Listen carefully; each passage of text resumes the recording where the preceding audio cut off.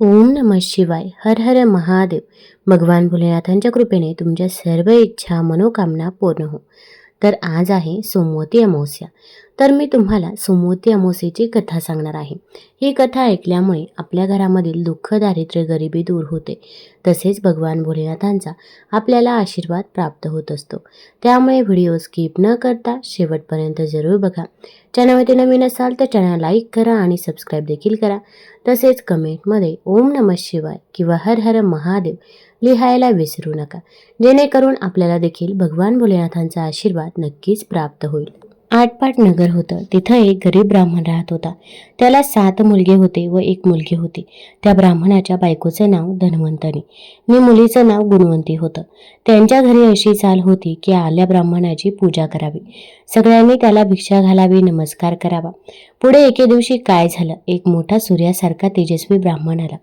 सगळ्यांनी त्याची पूजा केली. 7 सुनांनी त्याला भिक्षा घातली, नमस्कार केला. ब्राह्मणाने त्यांना आशीर्वाद दिला. संतती वाढो, संपत्ती वाढो, तुमचं सौभाग्य अक्षय असो. धन्वंतीबाईनं आपल्या मुलीला सांगितलं, मुली मुली भिक्षा घाल. मुलगी उठली, भिक्षा घातली आणि नमस्कार केला. ब्राह्मणानं तिला आशीर्वाद दिला. धर्मिणी हो. मुलीनं आपल्या आईला सांगितलं, आई भटजींनी जसा बहिणीला आशीर्वाद दिला तसा मला नाही दिला. आई म्हणाली, चल पाहू. पुन्हा त्याला भिक्षा घाल. मुलीनं पुन्हा भिक्षा घातली, नमस्कार केला. ब्राह्मण म्हणाला, धर्मिणी हो. तेव्हा धन्वंतीनं त्याला विचारलं, हिला असा आशीर्वाद का देता? ब्राह्मण म्हणाला, हिला लग्नात वैधव्य येणार आहे. धन्वंतीनं ब्राह्मणाचे पाय धरले आणि म्हणाले, जो उपाय सांगेल तोच उपाय सांगेल. माझी एकुलती 1 मुलगी रणकी झाली तर मी काय करू? याचा मला काही उपाय सांगा. असे म्हणून रडू लागले. ब्राह्मणाला तिची दया आली. बाई रडू नको, मी तुम्हाला एक उपाय सांगतो. 7 समुद्रापलीकडे एक बेट आहे. तिथे एक सोमा नावाची पर्टीन आहे. तिला मुलीच्या लग्नाला आणा, म्हणजे तुमचं दुःख दूर होईल. लगीन झाल्यावर तिला वाटेस लावा. असं म्हणून ब्राह्मण दुसऱ्या घरी भिक्षेस गेला. इकडे काय झालं, धन्वंतीनं आपल्या नवऱ्याला सांगितलं, अशी गोष्ट आहे. कोणीतरी जाऊन सोमेला आपल्या घरी आणलं पाहिजे.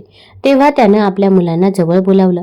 त्यांना सांगू लागला, ज्यांची आमच्यावर भक्ती असेल त्यांनी आपल्या बहिणीला बरोबर घ्यावं, सोमेला आणायला जावं. तेव्हा सगळे मुलगे आईला म्हणू लागले, तुझी सगळी माया मुलीवरती, आमच्यावर काही माया नाही. 7 समुद्रापलीकडे आम्ही काही जात नाही. हे ऐकून आईला रडू आलं. बापाला वाईट वाटलं. तो आपल्या बायकोला म्हणाला, तू काही भिवू नको. आपल्याला 7 मुलगे असून नसून सारखेच. तू आपली निपुत्रिकच आहेस असं समज. तू काही काळजी करू नकोस. मीच जातो आणि सोमेला घेऊन येतो.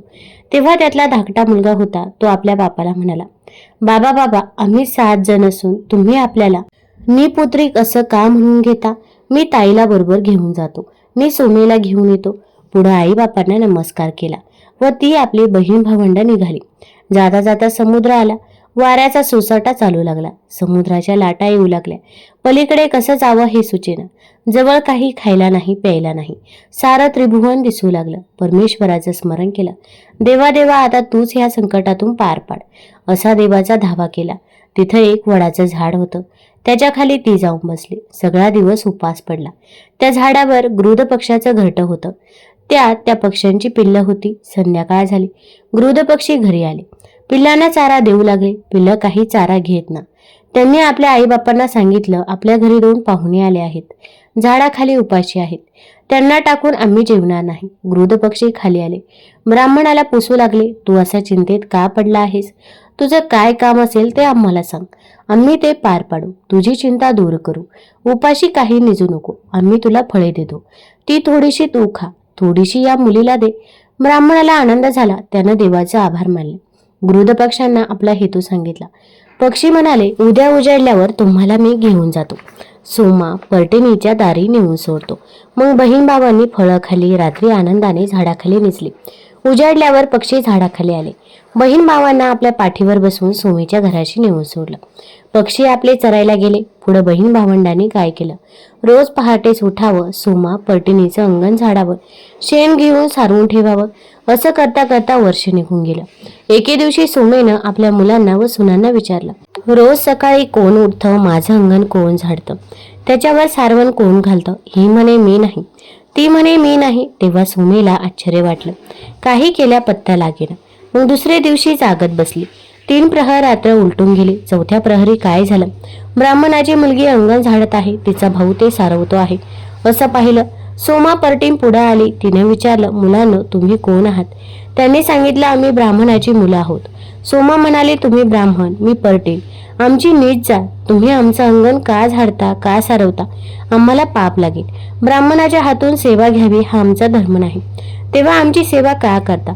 तसं तिला ब्राह्मणाच्या मुलानं सांगितलं, ही माझी बहीण आहे, हिचं लगीन करायचं आहे. तू लग्नाला यावंस अशी आमची इच्छा आहे. आई बापाची आज्ञा घेतली आणि तुला बोलावू आलो तर तुला लग्नाला आलंच पाहिजे. तू नाही आलीस तर हिला लग्नात वैधव्य येईल असं एका ब्राह्मणानं सांगितलं आहे. तू प्रसन्न होऊन यावंस म्हणून आम्ही तुझी सेवा करतो. मग सोमा म्हणाले, तुम्ही सेवा करू नका, मी तुमच्याबरोबर येते. घरात गेली. आपल्या सुनांना सांगितलं, मी ब्राह्मणाबरोबर जाते. या मुलीचं लगीन झालं म्हणजे मग परत येईल. तोपर्यंत आपल्या घरात किंवा सोयऱ्या धायऱ्यात कोणी मेलं बिलं तर त्याला दहन करू नका असं सांगून ते निघाले. ती समुद्राच्या कडेस आली. ब्राह्मणाच्या मुलीला समुद्राच्या पार केलं. आपण आकाशात उड्डाण करून त्यांच्या जवळ आली. सोमेला घेऊन तो आपल्या घरी आला.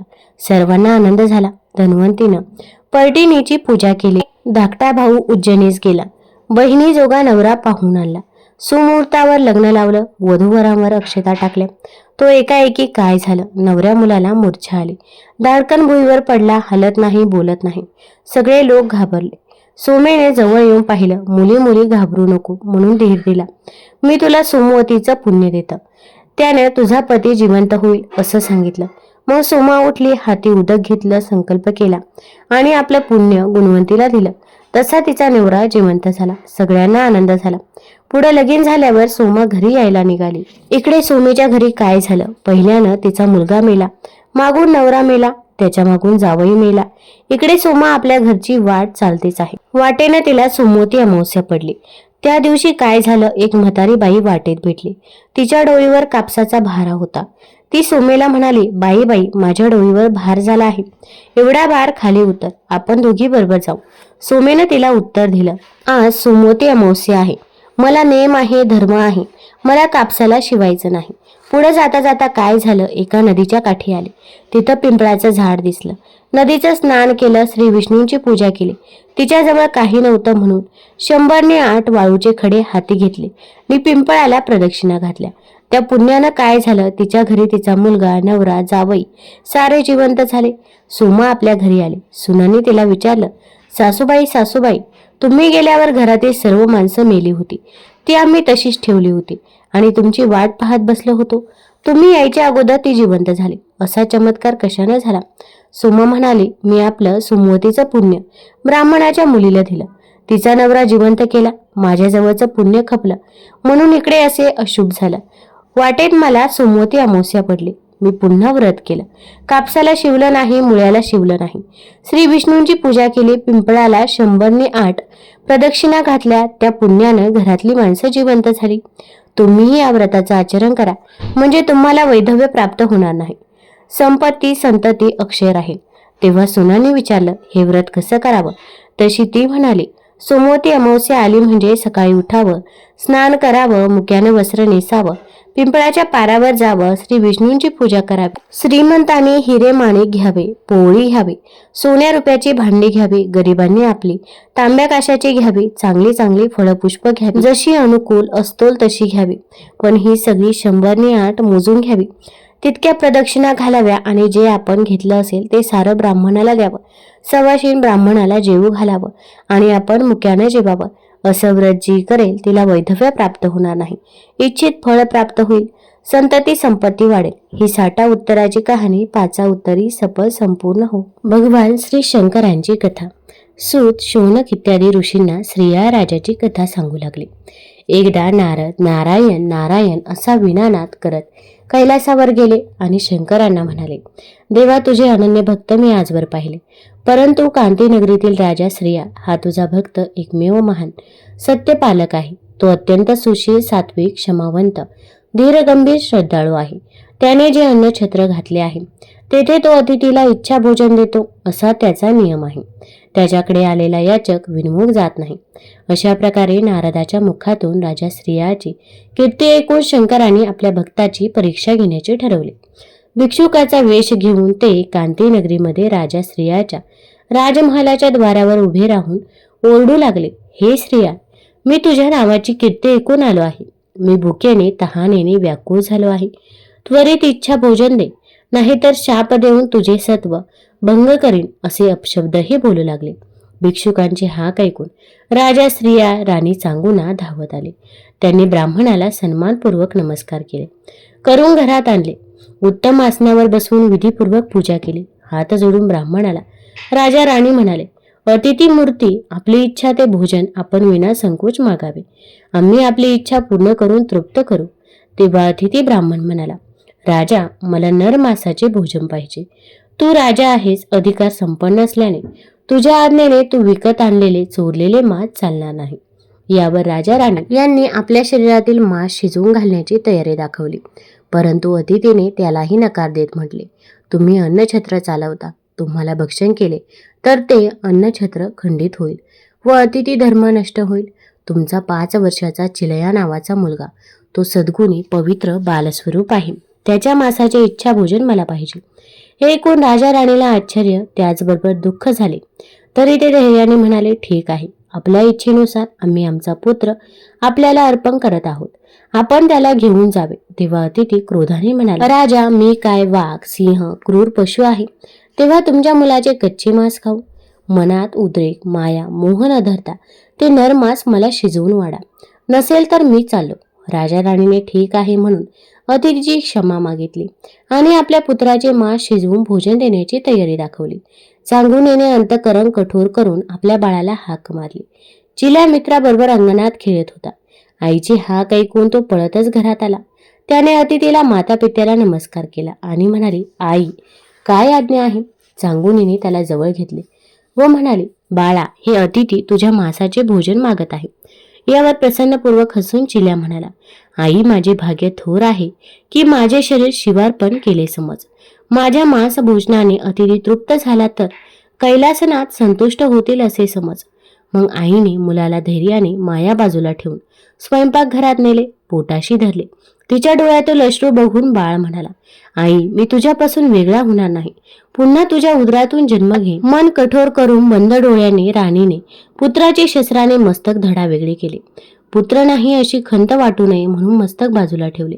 मांस शिजवून अतिथीला भोजनाला बोलवले. पण सर्वज्ञ शंकराला मस्तक वेगळे ठेवले हे कळाले.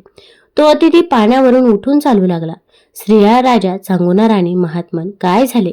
तुम्ही त्याच्या मागे धावू लागले. अतिथी म्हणाले, राजा, शरीरात मुख्य अवयव मस्तक आहे. ते बाजूला ठेवून केवळ देहावरचे मांस मला भोजनाला देता. मला असले भोजन नको. राजा राणीने अतिथीचे पाय धरले. चूक झाली म्हणून क्षमा मागितली. मस्तक बाहेर घेऊन या. माझ्या देखत चांगुनेने ते उखलीत काढले पाहिजे आणि काढताना डोळ्यात अश्रू किंवा मन कष्टी असता कामा नये, नाहीतर मी भोजन करणार नाही. चांगुनेने बाहेर मस्तक आणून सत्वाचे उखळ, धैर्याची मुसळ केले. ती कांडू लागली. शंकर स्वतः सद्गतीत होऊन तिचे अपूर्व धैर्य पाहत होते. ते म्हणाले, कांडताना गाणे म्हण, म्हणजे तू खंत करत नाहीस याबद्दल माझी खात्री होईल. तेव्हा ती गाणे म्हणू लागली, हे पुत्रा सुकुमारा, राज्यकुमारा, तू राज्याचा उत्तराधिकारी आहेस. माझ्या पोटी जन्म घेऊन माझा जन्म धन्य केलास. माझ्याकडून निष्ठुर घाव तुझ्या मस्तकावर पडत आहेत. तू आमच्या सत्यव्रतासाठी बलिदान केलंस. तुला या निष्ठुर घावाने वेदना होत असतील माझ्या बाळा, तुझे वचन तू पूर्ण कर. अतिथीला भोजन देऊन संतुष्ट कर. निरोप देऊन मी सुद्धा तुझ्या मागोमाग येईल. कारण बाळा, तुझ्या विना मी असहाय्य आहे, दुबळी, भिकारी, दीन, दुःखी आहे. अशा प्रकारे गायन करून राणीने पुत्राचे मस्तक कांडून त्याचा स्वयंपाक करून अतिथीचे भोजन तयार केले. राजाने अतिथीला भोजनाला चालण्याची विनंती केली. अतिथी म्हणाला, राजा, यजमानाविना मी एकटा भोजन कसे करू? तुलाही माझ्याबरोबर बसून मांस भोजन करावे लागेल. हे ऐकून राजाला फार शोक संकोच वाटला. पण राजाची व्याकुळ मनस्थिती जाणून राणी म्हणाली, स्वामी, ही आपल्या कसोटीची वेळ आहे. यावेळी अतिथीला विनमुख पाठवू नये. मी चिल्या बाळाला 9 महिने पोटात ठेवला. तो बाळ मांसरूपाने तुम्हाला 4 प्रहर पोटात जड का वाटावा? तुम्ही चिंता करू नका. चांगुनेने राजाचे ताट वाढून आणले. राजा भोजनाला अतिथी बरोबर बसला. तेव्हा अतिथी म्हणाला, चांगुने, तूही जेवायला बसले पाहिजे. तेव्हा चांगुनाही आपले ताट वाढून घेऊन जेवायला बसली. अशा प्रकारे राजा राणी अतिथीच्या प्रत्येक शब्दाची आज्ञा मानून त्यांचे पालन करत राहिले. तिघेजण आपापल्या आसनावर बसून भोजन करण्यासाठी बसले. तोच अतिथी पुन्हा काहीतरी आठवल्यासारखे होऊन संतापून उठला आणि म्हणाला, मी पुत्रिकाच्या घरचे अन्न खाऊ नये असे म्हणतात, म्हणून मी तुमच्या घरी जेवणार नाही असे म्हणून तो चालू लागला. तेव्हा मात्र सांगुणेचे धैर्य गेले. स्त्रियालाही रडू लागला. ते म्हणू लागले, एकुलता एक पुत्र गेला, अतिथी विन्मुख गेल्यामुळे सारी पुण्याई नष्ट होणार. महाराज, आमच्यावर कृपा करा, भोजन करा, आम्हाला उपकृत करा. आता आमचे किती सत्व पाहणार. हे शंकर, कपूरगौरा, उमावरा, कैलासनाथा धावरे, आमचा वंश खंडित झाला. आमचे सत्वही गेले, आता अंत पाहू नको. असा आक्रोश करत सांगूना स्त्रिया अश्रू ढाळत शंकराचा धावा करत होते. त्यावेळी राजाचे सत्कार्य, अतिथीचे कठोर वर्तन देवता आकाशात विमानात बसून पाहत होते. ते राजा राणीला धन्य धन्य म्हणून गौरवित होते. पायावर वाकलेल्या राजा राणीच्या मस्तकावर हात ठेवून अतिथीने त्यांना उठवले. राजा राणीने पाहिले, प्रत्यक्ष शंकर भगवान प्रकट झाले. ते म्हणाले, सांगुने, तू सत्व परीक्षेत खरी उतरलीस. तुला पाहिजे ते माग. सांगुना म्हणाले, देवांनी पुत्रिकपणाचा कलंक पुसून टाकावा. माझा बाळ मला द्यावा. तथास्तु म्हणून देव म्हणाले, सांगुने, तुझ्या बाळाला हाक मार. सांगुना म्हणाली, बाळा, चिल्या कोठे घेतोस, लवकर ये. म्हणून आशेने सर्वत्र पाहू लागले. तोच चिलया बाळ अंगणातून धावत येऊन आईला बिलगला. शंकराने चिल्याला मांडीवर बसवले. सांगुना श्रीयाळ यांनी शंकराच्या पायावर लोळण घेतली. आकाशातून देवतांनी पुष्पवृष्टी केली. नगरात सर्वत्र आनंद उत्सव साजरा करण्यात आला. शंकराने दिव्य विमान उपस्थित केले. स्त्रिया सांगुना यांनी चिल्याला राजसिंहासनावर बसवले. राजतिलक लावला. प्रधान व मंत्र्यांना राज्यकारभार बघायला सांगून स्त्रिया सांगुना सदेश शंकराबरोबर विमानात बसून कैलासाला गेले. परमपदी नित्य राहिले. शिवलीलामृत मधील 11वा अध्याय आपण श्रवण करणार आहोत. हे भद्रसेन आख्यान वाचल्याने दीर्घायुष्य, संतती, संपत्ती, पुण्यप्राप्ती होईल. यामुळे सर्व पापे गडांतरे दूर होतील. मृत्युंजय मंत्राचा जप, रुद्राचे अनुष्ठान केल्याने पिशाच्य बाधा, ग्रहपीडा दूर होतील. यावर अविश्वास दाखवणारा अल्पायुषी तमोगुणी होईल. अशा लोकांच्या संगतीत राहण्यामुळे सर्वनाश होतो. म्हणून शिवलीला अमृत अखंड वाचावे. ते न जमल्यास 11वा अध्याय तरी वाचावा. हा अध्याय पठण केल्यामुळे आपल्याला रुद्राभिषेक केल्याचे पुण्यफळ मिळते. त्याचसोबत भगवान भोलेनाथांचा आशीर्वाद देखील प्राप्त होतो. एकदा कमेंटमध्ये हर हर महादेव जरूर लिहा. श्री गणेशाय नमः. नित्य शिवभक्ती, शिवपूजा, शिवलीलामृत श्रवण करण्यात ज्यांना आनंद वाटतो ते नर धन्य आहेत. सूत म्हणतात, रुद्राक्षी भस्म धारण करणाऱ्याचे पुण्य अपार असते. 1000 रुद्राक्षी धारण करणारा शिवस्वरूप मानून इंद्र त्याला वंदन करतो. त्याच्या दर्शनाने अनेक जीवांचा उद्धार होतो. 2 दंडात 16 शिकेमध्ये एक अशी रुद्राक्षे बांधून त्यावरून केलेले स्नान त्रिवेणी स्नाना इतके फलदायी होते. मनगटात 12, गळ्यात 108 रुद्राक्षाची माळ धारण केल्यामुळे लक्ष्मी प्रसन्न होते. एकमुखी रुद्राक्ष विशेष फलदायी. त्याचप्रमाणे 5, 6, 8 चौथ्या मुखाच्या रुद्राक्षावर शिवमंत्राचा जप केल्याने ते पुण्यकारक होतात. रुद्राक्ष शिवपूजन केल्याचा प्रभाव किती असतो या संबंधीची कथा एका काश्मीर देशात भद्रसेन नावाचा पुण्यात्मा न्यायी राजा होता. त्याचा प्रधान ज्ञानी, नीतिवान, प्रजाहित दक्ष होता.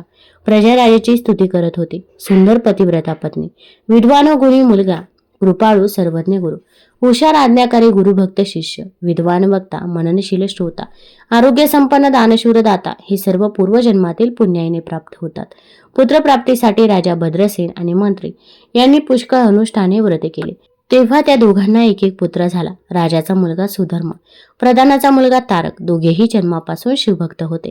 सतत शिवाचे ध्यान करत माता पिता एकुलता एक पुत्र म्हणून मौल्यवान दागिने वस्त्रे घालून त्यांना सजवीत, कौतुकाने निहाळीत. परंतु दोन्ही बालकाला साधेपणाने राहणे पसंत होते. ते अंगावरील दागिने, मौल्यवान वस्त्रे ब्राह्मणांना देऊन टाकत आणि अंगाला भस्मलेपन करून रुद्राक्षाच्या माळा घालीत. शिवपूजा, शिवाचे ध्यान, शिवकीर्तन, भजन, शिवनामाचा जप यामध्ये ते रमून जात. हेच काम त्यांना प्रिय वाटे. एकदा राजाच्या पुण्याईने पराशर ऋषी काही ऋषींना घेऊन राजाकडे आले. वसिष्ठाचे नातू पराशर ऋषी, त्यांचा पुत्र व्यास महर्षी, त्यांचा पुत्र शुकमुनी अशी तेजस्वी ज्ञानी परंपरा होती. पराशर ऋषीने पूर्वी राक्षसत्र केले होते. भद्रसेन राजाचे पराशर ऋषी कुलगुरू होते. ऋषी मंडळी येताच दोन्ही हात जोडून राजा व प्रधान त्यांना सामोरे गेले. सर्वांचे यथोचित स्वागत करून कुशल विचारून विधीपूर्वक पूजन केले. वस्त्रे आभूषणे दान केले. स्वादिष्ट भोजन दिले. त्यानंतर राजा प्रधानाने आपले दोन्ही मुले ऋषींच्या पायावर घातली आणि राजा व प्रधान म्हणाले, गुरुदेव, आम्हा दोघांची 2 मुले रात्रंदिवस शिवपूजा, शिवध्यान, शिवनामाचा जप या दंग असतात. त्यांना मौल्यवान वस्त्रे, आभूषणे आवडत नाही. ते कोणाशी बोलत नाही. राज्य, सुख, वैभव यांना आवडत नाही. यांचे आचरण पाहून आम्हाला यांची काळजी वाटते की पुढे हे तरुण झाल्यावर राज्यकारभाराचे सूत्र कसे सांभाळतील. मुलांना आशीर्वाद देत त्यांच्या तेजस्वी मुखांकडे पाहून पराशर ऋषींना आनंद वाटला. ते म्हणाले, हे दोघे शिवभक्त का झाले? या संबंधीची कथा मी तुम्हाला सांगतो. काश्मीर देशातील नंदीग्राम नावाच्या शहरात महानंदा नावाची वैश्या होती. ती अत्यंत धर्मात, सर्व प्रकारची वैभव सत्ता तिच्याजवळ होती. तिच्या अप्रतिम गायन कलेमुळे, नृत्यातील प्रावीण्यामुळे शहरातील उच्च श्रीमंत व्यापारी, अधिकारी तिच्याकडे येत. परंतु ती आपल्या व्यवसायातही पतिव्रता होती. ज्या दिवशी एका पुरुषाबरोबर संबंध ठेवला जात असे त्या दिवशी अन्य पुरुषाला ती भेटत नसे, मग तो कितीही धनवान असो. याशिवाय ती परम शिवभक्त होती. सोमवार, प्रदोष, शिवरात्रीचे व्रत नियमितपणे करी. 1,00,000 बेलपत्र शिवपिंडीवर अर्पण करून पूजा करत असे. अन्नछत्रही तिने चालवले. उदार आणि वृत्तीने ती दानी होती. श्रावणात 1 कोटी शिवलिंगे तयार करून त्याची पूजा ब्राह्मणांकडून करून घे. त्यांना दान दक्षिणा दे. तिने आपल्या घरी 1 कुत्रा आणि 1 माकड पाळले होते. तिच्या नृत्यशाळेत त्यांना बांधून ठेवले होते. कौतुकाने त्यांच्या अंगाला भस्म लावी, त्यांच्या गळ्यात रुद्राक्षाच्या माळा घालत असे. आपल्या प्रसन्नतेसाठी तिने त्यांनाही शिवभजनाच्या तालावर नाच करायला शिकवले. ती नाचू लागली की ते दोघेही नाचत. तेथे शिवपूजा, शिवकीर्तन, गायन होत असे. महानंदेच्या संगतीने त्यांना शिवभक्ती घडत असे. नृत्यशाळेतच तिचे छोटेसे शिवमंदिर होते. एकदा तिची भक्ती परीक्षा करण्याकरता शिवाने व्यापाऱ्याचे रूप घेतले व ते महानंदेकडे आले. शिवाचे पुरुषी लावण्य पाहून ती तन्मय झाली. त्यांचे स्वागत करून तिने त्यांना मंचकावर बसवले. त्यांच्या हातातील रत्नखडीत कंकण तिने पाहिले. त्या क्षणी व्यापाऱ्याने ते कंकण काढून महानंदीच्या हाती दिले. महानंदीला आनंद झाला. ती म्हणाली, आजपासून 3 दिवस मी तुमची दासी झाली. असा करार झाला. व्यापाऱ्याने ते मान्य केले. त्यानंतर व्यापाऱ्याने आपल्या जवळील दिव्य शिवलिंग काढून तिच्याजवळ देत म्हटले, हे शिवलिंग मला प्राणापेक्षा प्रिय आहे. हे बंगले जळून गेले किंवा हरवले तर मी अग्निप्रवेश करेन, म्हणून तू हे शिवलिंग काळजीपूर्वक जपून ठेव. माझे व्रत फार कठीण आहे अवश्य, म्हणून महानंदीने ते तेजस्वी शिवलिंग नृत्यशाळेत नेऊन ठेवले. थोड्या वेळाने ती दोघीही रत्नखचित मंचकावर झोपली. तिला झोप लागलेली पाहून शंकराने लीला केली. नृत्यशाळेला आग लावली. आगीच्या ज्वाला पाहून लोक आरडाओरडा करू लागले. महानंदा शांत झोपलेली होती. तिला व्यापाऱ्याने जागे केले. ती धावतच नृत्यशाळेत गेली. तेथे बांधलेले कुत्रा व माकड यांना मुक्त केले. ते पळतच जंगलात निघून गेले आणि तेवढ्यात नृत्यशाळा भस्मसात झाली आणि अग्नी शांत झाला. तेव्हा व्यापाऱ्याने विचारले, महानंदे, माझे दिव्य शिवलिंग या आगीत जळाले की काय? तुला मी काळजीपूर्वक सांभाळून ठेवण्यास सांगितले होते. हे ऐकताच महानंदा घाबरी झाली. शिवलिंग भस्मसात झाले या विचाराने पश्चाताप करून रडू लागले. व्यापारी म्हणाला, आपल्या कराराचा आज दुसरा दिवस आहे, परंतु शिवलिंग भस्म झाले म्हणून ठरल्याप्रमाणे मी अग्निप्रवेश करतो. असे म्हणून व्यापाऱ्याने चित्ता तयार केली आणि ओम नमः शिवाय म्हणून चित्तेत उडी घेतली. हे पाहून महानंदा दुःखी झाली. तिने ब्राह्मणाला बोलावून आपली संपत्ती, महाल सर्वांचे दान केले. त्यानंतर तिने स्नान केले, अंगाला भस्म लावले, रुद्राक्षे धारण केले, शिवाचे ध्यान केले आणि त्याच अग्निकुंडात हर हर शिव शिव म्हणून उडी टाकली. त्या क्षणी उदयचलावरून सूर्य प्रकट व्हावा तसे भगवान शंकर प्रकट झाले. त्याने वरचेवर चेंडू झेलला. त्या सहजपणे महानंदेला वरचेवर उचलले. छातीशी धरून म्हणाले, मी तुझ्यावर प्रसन्न आहे. हवा तो वर माग. देवा हे सर्व नंदीग्राम नगर उद्धरून यावे. तथास्तु म्हणत शिव अंतधाम पावले. अशा प्रकारे आपली माता, बंधू, नगरवासी यांच्यासह महानंदा शिवलोकी गेली. त्या शिवलोकी आधी व्याधी, क्षुधा, तृष्णा नाही, म्हणून तेथे भेदबुद्धी, काम, क्रोध, दुःख, मद, मत्सर नाही. तेथील पाणी अमृताप्रमाणे गोड, कल्पतरूची बने, कामधेनूची खिल्लारे, चिंतामणीची घरे. तेथे शिवभक्तांना जे पाहिजे ते त्वरित लाभते. ही कथा सांगून पराशर ऋषी म्हणाले, राजा महानंदीने पाळलेले माकड आणि कुत्रा या जन्मी सुधर्मा आणि तारक म्हणून जन्माला आले आहे. पूर्वजन्मीच्या शिवभक्तीच्या पुण्याईमुळे या जन्मी त्यांना मानवदेह अधिकाराप्रमाणे मिळाले. ते दोघे योग्य वेळ येताच त्यांच्या अधिकाराप्रमाणे उत्तम राज्यकारभार करतील. तुम्ही त्यांची चिंता करू नका. ते तुम्हाला शिवभक्तीची दीक्षा देतील. भद्रसेन राजाने प्रधान आपत्यासह पराशर ऋषींना साष्टांग नमस्कार केला. ते म्हणाले, आम्हाला सुपुत्राचा लाभ झाला, आम्ही धन्य झालो. आता हे दोघे किती काळ राज्यकारभार करतील, यांचे आयुष्य किती आहे हे कृपया आम्हाला सांगावे, कारण ते दोघे नवसाचे एकुलते असल्याने आम्हाला प्राणप्रिय आहेत, म्हणून आपल्याला विनंती आहे. पराशर म्हणाले, राजा खरे सांगितले तर तुम्हाला दुःख होईल आणि खोटे बोलले तर पाप लागेल. तेव्हा ऐक, तुझ्या मुलाला आज 12 वर्ष पूर्ण झाले आहेत. आजपासून 7व्या दिवशी तुझा मुलगा मृत्यू पावेल. एकताच राजा मूर्छित होऊन पडला. सर्व जनता शोक करू लागले. अंतपुरातील स्त्रिया रडू लागल्या. राजा शुद्धीवर येताच हाय हाय करून शोक करू लागला.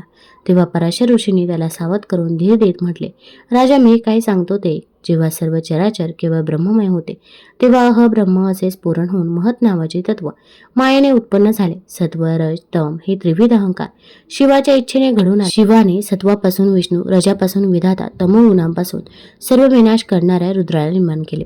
सृष्टीच्या रचनेची विधात्याला आज्ञा केली आणि 4 वेदाचे सार असणारा रुद्राध्याय शिकवला. हे शिवाचे रूप आहे असे जाणून विधात्याने आपल्या 7 पुत्रांना उपदेश दिला. रुद्राध्यायाच्या अनुष्ठानाने आयुष्य वाढते. म्हणून हे राजा भद्रसेना, तू रुद्राची आवाहने कर, शिवाला अभिषेक कर. याच्या प्रभावाने तुझ्या पुत्रावरील मृत्यूचे संकट दूर होईल आणि तो चिरंजीर होईल. 100 घट आणून त्यात गंगेचे पाणी भर, त्यावर आम्रवृक्षाची पाने ठेव. रुद्रपठण करून ते पाणी मंत्रून तुझ्या मुलाच्या अंगावर शिंपड. अशा प्रकारे रोज 10,000 वेळा असे 7 दिवस जलसिंचन करावे, तर तुझा मुलगा वाचेल. पराशर ऋषींनी अशा प्रकारे राजाला त्याच्या मुलाला मृत्यू संकटातून वाचवण्याचा उपाय सांगितला. राजाला समाधान वाटले. त्याने भक्तिभावाने ऋषींना नमस्कार केला व म्हणाला, हे महात्मन, आपणच हे सर्व अनुष्ठान करावे, कारण आपण सर्व ऋषींमध्ये श्रेष्ठ मुरव्य आहात. मी सर्व तयारी करतो. त्यानंतर पराशर ऋषींनी अत्यंत विरक्त, सुशील, शुभलक्षणयुक्त असे 1000 ब्राह्मण बोलावले. 1000 मातीचे घट गंगाजलाने भरले, त्यावर आम्रपल्लव ठेवले. दिव्य अनुष्ठान मांडले. रुद्राचा घोषाचा प्रारंभ झाला. 6 दिवस झाले. 7व्या दिवशी सूर्य मध्यान्ही आला तेव्हा राजपुत्राचा मृत्यू समय जवळ आला आणि राजपुत्र मूर्छित होऊन पडला. थोडा वेळ त्याची हालचाल बंद पडली. हे पाहून राजा चिंतित झाला. पराशर ऋषींना राजाला धीर दिला. ब्राह्मण राजपुत्राच्या देहावर अभिमंत्रित केलेले पाणी शिंपडीत होता. त्या जलाच्या प्रभावाने राजपुत्र सावध झाला, उठून बसला. राजाला आनंद झाला. उपस्थित असलेले सर्वजणही प्रसन्न झाले. पराशर म्हणाले, तू विशुद्ध अवस्थेत काय अनुभव घेतला ते सांग. तेव्हा राजपुत्र म्हणाला, गुरुदेव, एक भयंकर दिसणारा काळ पुरुष मला घेऊन चालला होता. त्याचे लाल भडक डोळे, भाळावर शेंदूर, वाढलेली दाढी, काळा भिन्न होता. त्याचवेळी 4 तेजस्वी पुरुष आले. त्यांनी त्या काळा पुरुषाच्या हातून मला मुक्त केले आणि त्याला मारीत मारीत ते घेऊन गेले. मुलाने सांगितलेला अनुभव ऐकताच राजाच्या अंगावर आनंदाचे रोमांच दाटून आले. ईश्वराच्या नावाचा त्यांनी जय जयकार केला. पराशर ऋषींसह सर्व ब्राह्मणांना नमस्कार घातला. सर्वत्र मंगलवाद्याचा गजर सुरू झाला. आकाशातून देवतांनी पुष्पवृष्टी केली. या प्रसन्नपूर्वक वातावरणात ब्राह्मणांनी मंत्रजप करून हवन प्रारंभ केला आणि हवन पूर्ण करून अनुष्ठानाची समाप्ती केली. आमंत्रित ब्राह्मणांना सुग्रास भोजन देऊन इच्छेप्रमाणे दान दक्षिणा दिली. ब्राह्मणाने राजपुत्राला राजाला शुभ आशीर्वाद दिला. त्यावेळी नारद तेथे अचानक प्रकट झाले. नारद, वाल्मिकी, व्यास ध्रुवाचे गुरु असल्याने त्रिभुवनाला वंदे आहेत. 14 विद्या 64 कला त्यांना पूर्ण अवगत असतात. इंद्रादिक देवतांना सुद्धा त्यांचे आदरयुक्त भय वाटते. नारदाला पाहताच यज्ञातील अग्निमूर्तिमंत प्रकट झाला. सर्व ऋषी आणि राजपरिवार राजा यांनी धावत जाऊन नारदाचे स्वागत केले. त्यांना उच्च आसनावर बसवून त्यांची पूजा केली. नमस्कार करून म्हणाले, स्वामी, आपला त्रिभुवनात संचार असतो. आपल्याला दिव्य दृष्टी आहे. तेव्हा काही अद्भुत पाहिले का? नारद म्हणाले, मी इकडे येत असताना मार्गावर 24 शिवदूत मला भेटले. त्यात वीरभद्रही होता. त्यांनी मृत्यूला बांधून चालवले होते. वीरभद्र मृत्यूला विचारत होता, तू कोणाच्या आज्ञेने भद्रसेनाच्या मुलाला घेऊन चालला होता? त्याला 10,000 वर्षे आयुष्य आहे. राजा, तू रुद्रानुष्ठान केल्यामुळे तुझ्या मुलाचे मृत्यू संकट टळले. राजाने नारदाला नमस्कार केला. नारद अंतर्धान पावले. त्यानंतर राजाने रुद्राचे सहस्रवर्तन केले. आपल्या पुत्राला राज्यगादीवर बसवले. तारकाला युवराज केले. राजा प्रधान तप करण्यास वनात निघून गेले. यथावकाश ते दोघे शिवपदास गेले.